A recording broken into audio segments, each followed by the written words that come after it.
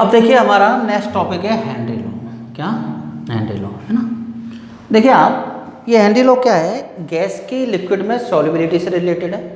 मैंने अभी अभी आपको बताया था कि गैसेस की सॉल्युबिलिटी प्रेशर बढ़ाने पर क्या होती है? इंक्रीज होती है ना। अब एक ये तो जनरल आइडिया है कि हमने गैस प्रेशर बढ़ाया तो सॉल्युबिलिटी बढ़ा दी। अब हम क्वांटिटेटिवली देखें कि हमने कितना प्रेशर बढ़ाया और कितनी सॉल्युबिलिटी बढ़ गई। तो ये जो क्वांटिटेटिव रिलेशनशिप है प्रेशर और सॉल्युबिलिटी के बीच में, वो किसने दिया? हेनरी ने। तो वो हम उसको क्या बोलते हैं? Henry law. अब हेनरी लॉ का एक जनरल डेफिनेशन क्या हो जाएगा? Henry gave a quantitative relationship between solubility of gas and gas pressure is known as Henry law. नहीं समझे? मतलब हेनरी ने क्या किया कि गैस प्रेशर और गैस की सॉल्युबिलिटी के बीच में क्या दिया? एक क्वांटिटेटिव रिलेशनशिप दिया, जो कि क्या कहलाता है? Henry law. अब देखो बच्चों, हम हेनरी लॉ को क्या है, दो तरह से एक्सप्लेन कर सकते हैं। ठीक है, उनमें से हमारा पहला तरीका ज़्यादा इम्पोर्टेंट नहीं है। जो दूसरा वे जो इसका है वो क्या है? ज़्यादा इम्पोर्टेंट है, मेनली यूज आता है, पर हम फिर भी पहला देखते हैं। देखिए आप, according to Henry, solubility of gas in liquid is directly proportional to gas pressure at constant temperature। इसका मतलब m प्रोपोर्शनल टू p और m इज इक्वल टू के पी। यहाँ पर m तो होता है स्ट्रेंथ ऑफ गैस, है ना, स्ट्रेंथ आपको पता ही है, एंड p बराबर गैस प्रेशर, है ना। फिर भी ये क्या है, लो ज़्यादा काम नहीं आता है। अब आप देखिए, ये जो लो है ना, ये कि गैस की सॉल्युबिलिटी प्रेशर के प्रोपोर्शनल होती है ना। ये तो क्या है कि सपोज कोई सॉल्यूशन है, उसमें केवल एक ही गैस डिजॉल्व है, तो हम ये लो काम लेंगे।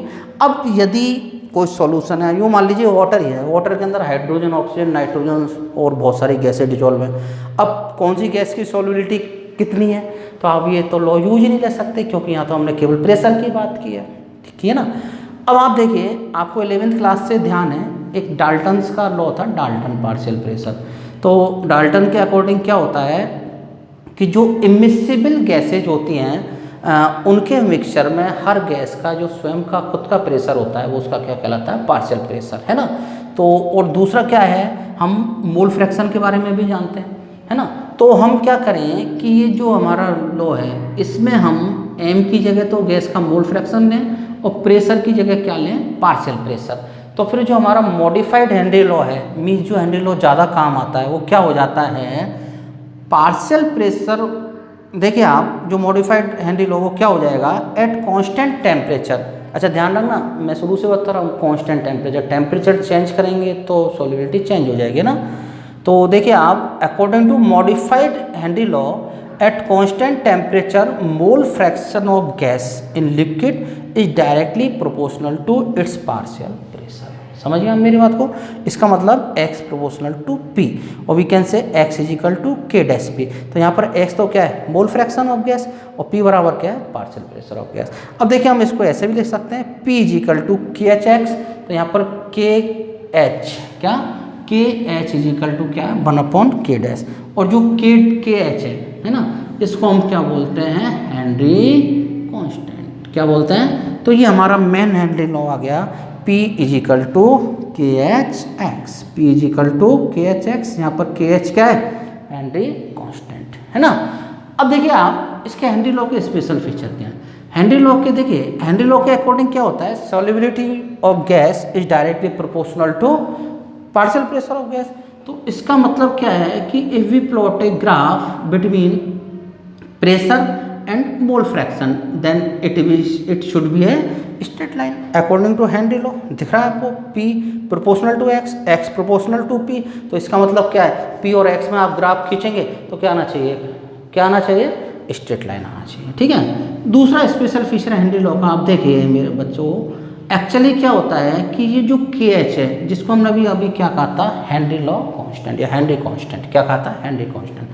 तो देखिए आप, हर गैस का अपना एक फिक्स के एच होता है, के एच की उसकी फिक्स वैल्यू होती है जो फिक्स टेम्परेचर पर कांस्टेंट होते हैं। मैं वापस बोल दूं कि जैसे ऑक्सीजन, नाइट्रोजन, हाइड्रोजन, हर किसी गैस के लिए क्या होगा? उसकी फिक्स के एच की वैल्यू होगी जो कि कांस्टेंट टेम्परेचर पर कांस्टेंट होगी, और वो उसकी क्या होती है? प्रॉपर्टीज में होती है। जैसे ऑक्सीजन का के एच कुछ और होगा, हाइड्रोजन का के एच कुछ और होगा। ठीक है।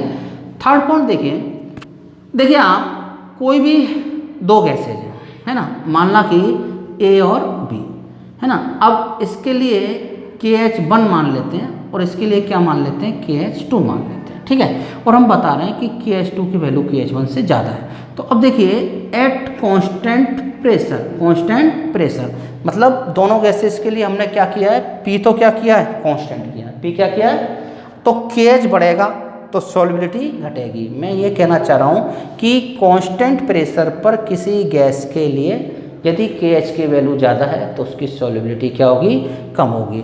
तो इस केस में क्या है, कांस्टेंट प्रेशर पर सॉल्युबिलिटी किसकी ज़्यादा होगी, A की। किसकी ज़्यादा होगी, A की, ठीक है। तो ये क्या हो गए आपके special features of Henry law, है ना।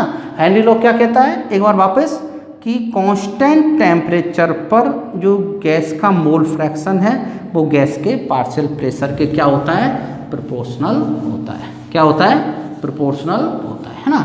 अब देखिए आप, हमारा टॉपिक है applications of Henry law. Applications of, इसके बहुत ज़्यादा यूजेज हैं, गैसेस से रिलेटेड है, ठीक है, क्योंकि गैसेस की सॉल्युबिलिटी के बारे में हेनरी लॉ ही बताता है ना। तो देखिए आप, इसका फर्स्ट जो एप्लीकेशन है वो क्या है, देखिए पहला एप्लीकेशन देखिए, सॉफ्ट ड्रिंक्स, कोल्ड ड्रिंक्स जो आप बाज़ार से लाते हैं, आप देखते हैं, ठीक है, जो सॉफ्ट ड्रिंक्स हैं, कोल्ड ड्रिंक्स हैं, इनमें क्या होता है कि जो इनका मेन कंपोनेंट होता है वो CO2 होता है। इनके अंदर क्या होता है, CO2 डिजॉल्व होता है। अब CO2 की जो क्वांटिटी है वो क्या होता है, हेनरी लॉ के अकॉर्डिंग सेट की जाती है, क्योंकि CO2 डिजॉल्व है मतलब उसकी जो सॉल्युबिलिटी है वो किसके हिसाब से सेट की जाती है, हेनरी लॉ के हिसाब से। तो इसका मतलब सॉफ्ट ड्रिंक और कोल्ड ड्रिंक्स जो होती हैं उनमें CO2 की क्वांटिटी किसके हिसाब से एडजस्ट की जाती है, हेनरी लॉ के अकॉर्डिंग, ठीक है। दूसरा देखिए, जो हमारा रेस्पिरेशन सिस्टम चलता है ना, उसमें हम क्या करते हैं कि O2 लेते हैं ना, O2 एटमॉस्फेयर से। तो जो O2 होती है वो क्या होती है, ब्लड के अंदर जाती है। कहाँ पर जाती है, ब्लड में। कैसे जाती है कि एक्चुअली डायरेक्टली हम क्या करते हैं, O2 इनहेल करते हैं, O2 हमारे लंग्स में जाती है। लंग्स में क्या होता है, ऑक्सीजन का पार्शियल प्रेशर ज़्यादा होता है, तो ये क्या होता है, ब्लड में घुल जाती है और घुलकर ये क्या करती है, हीमोग्लोबिन के साथ ऑक्सी हीमोग्लोबिन बना लेती है। क्या बना लेती है, ऑक्सी हीमोग्लोबिन। अब ये जो ब्लड है वो क्या होता है, लंग्स से हमारे और आगे टिश्यूज में, आर्टरी, वेन, वहाँ पर जाता है। तो वहाँ पर जाकर क्या होता है कि ऑक्सीजन जो होता है उसका पार्शियल प्रेशर कम हो जाता है। अब आपको पता, हेनरी लॉ से पता है कि सॉल्युबिलिटी जो होती है ऑक्सीजन की वो पार्शियल प्रेशर के प्रोपोर्शनल है। अब जब पार्शियल प्रेशर ऑक्सीजन का लंग्स में ज़्यादा है तब तो ये ब्लड में घुल गई। अब ये ब्लड हमारे बॉडी में आगे गया, अन्य जगह गया, तो वहाँ पर ऑक्सीजन का पार्शियल प्रेशर क्या हो गया, कम हो गया। पार्शियल का प्रेशर कम हो गया तो ऑक्सीजन की सॉल्युबिलिटी क्या हो जाएगी, कम हो जाएगी। तो जितनी सॉल्युबिलिटी कम होगी उतनी ऑक्सीजन क्या हो जाएगी, रिलीज हो जाएगी। तो हमारी बॉडी के अंदर ये ऑक्सीजन रिलीज हो जाएगी और बॉडी में जो मेटाबॉलिक रिएक्शंस होती हैं उनमें ये क्या काम आ जाएगी, काम आ जाएगी। तो ऑक्सीजन की सॉल्युबिलिटी भी हमारी बॉडी में किससे कंट्रोल हो रही है, हेनरी लॉ के अकॉर्डिंग हो रही है, ठीक है बच्चों। अब देखिए आपको अच्छे से पता है कि जब हम डेप्थ में जाते हैं तो पार्शियल प्रेशर बढ़ता है और ऊपर जाने पर पार्शियल प्रेशर घटता है।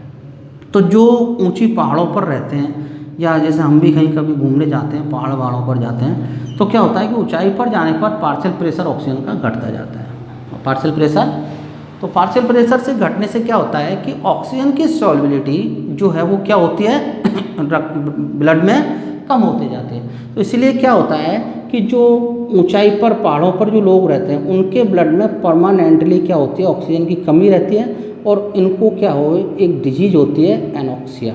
क्या, एनोक्सिया, वो डिजीज हो जाती है। इसमें क्या होता है, थिंकिंग कैपेसिटी कम हो जाती है ना। अब ये भी किससे पता लग रहा है, हेनरी लॉ से। हम भी कभी बहुत ऊंचाई पर जाते हैं तो वहाँ पर क्या होता है, हमको भी अनकम्फर्ट फील होता है। उसका कारण क्या होता है, यही होता है एनोक्सिया, ठीक है।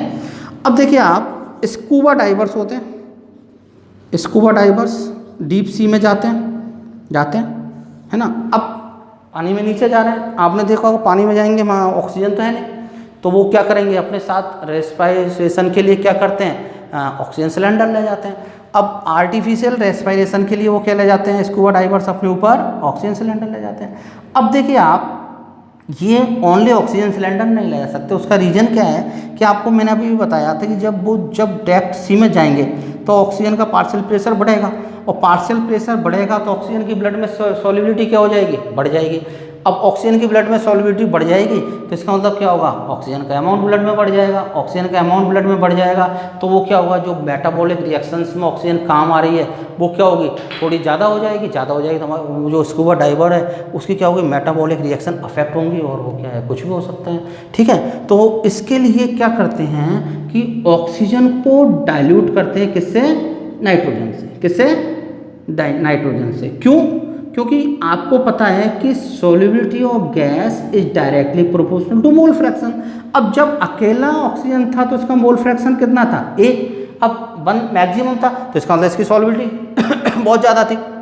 अब इसकी सॉल्युबिलिटी को ब्लड में कम करने के लिए क्या मिलाया गया, नाइट्रोजन। तो नाइट्रोजन के मिलाने से क्या होता है कि ऑक्सीजन का मोल फ्रैक्शन कम हो जाता है और ऑक्सीजन की सॉल्युबिलिटी ब्लड में क्या हो जाती है, कम हो जाती है। अब स्कूबा डाइवर जब डेप्थ सी में गया तो पार्शियल प्रेशर ऑक्सीजन का भी बढ़ा, पार्शियल प्रेशर नाइट्रोजन का भी बढ़ा, है ना। अब ऑक्सीजन भी एक्सेस में जो इनहेल होगी, जो उसके कंज्यूम होगी, तो वो तो क्या होता है, मेटाबॉलिक रिएक्शन में काम आ जाती है। और जो नाइट्रोजन ब्लड में डिजोल्व होती है पार्शियल प्रेशर बढ़ने के कारण, वो क्या होती है, ब्लड में स्टोर होते जाते हैं। क्या होता है, ब्लड में स्टोर होती जाती है। अब ये स्कूबा डाइवर अपना काम खत्म करके वापस कहाँ पर आ रहा है, सरफेस पर आ रहा है। तो बच्चों आपको पता है जब ये डेप्थ में गया तो पार्शियल प्रेशर ऑक्सीजन का भी बढ़ गया था और पार्शियल प्रेशर नाइट्रोजन का भी बढ़ गया था।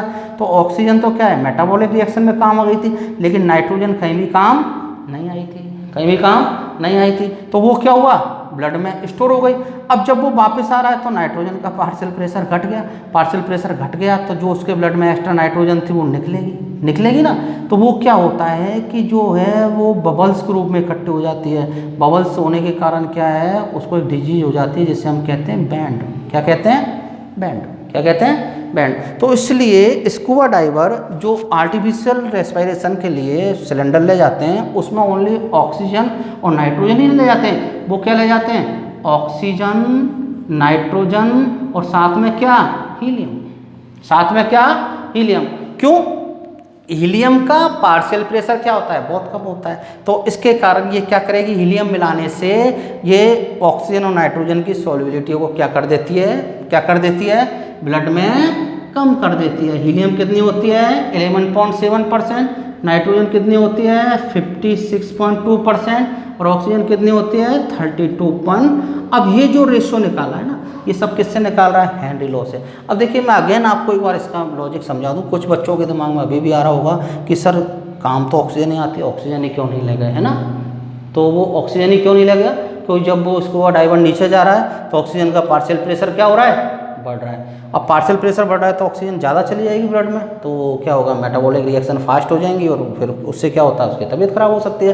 तो ऑक्सीजन की सॉल्युबिलिटी को कम करने के लिए क्या मिलाया, नाइट्रोजन। अब नाइट्रोजन की भी सॉल्युबिलिटी को कम करने के लिए क्या मिलाया, हीलियम। तो इस तरह से क्या होता है कि हमारा हेनरी लॉ से हमारे क्या क्या एप्लीकेशन हो गए, सॉफ्ट ड्रिंक, कोल्ड ड्रिंक, है ना, रेस्पिरेटरी सिस्टम में भी काम आता है। हाई एल्टीट्यूड पर जो है ऑक्सीजन डिजीज होती है उसको भी एक्सप्लेन करता है। और स्कूबा डाइवर्स जो ऑक्सीजन सिलेंडर ले जाते हैं उसमें कौन सा मिक्सचर ले जाते हैं वो भी किससे एक्सप्लेन हो रहा है, हेनरी लॉ से। It's okay.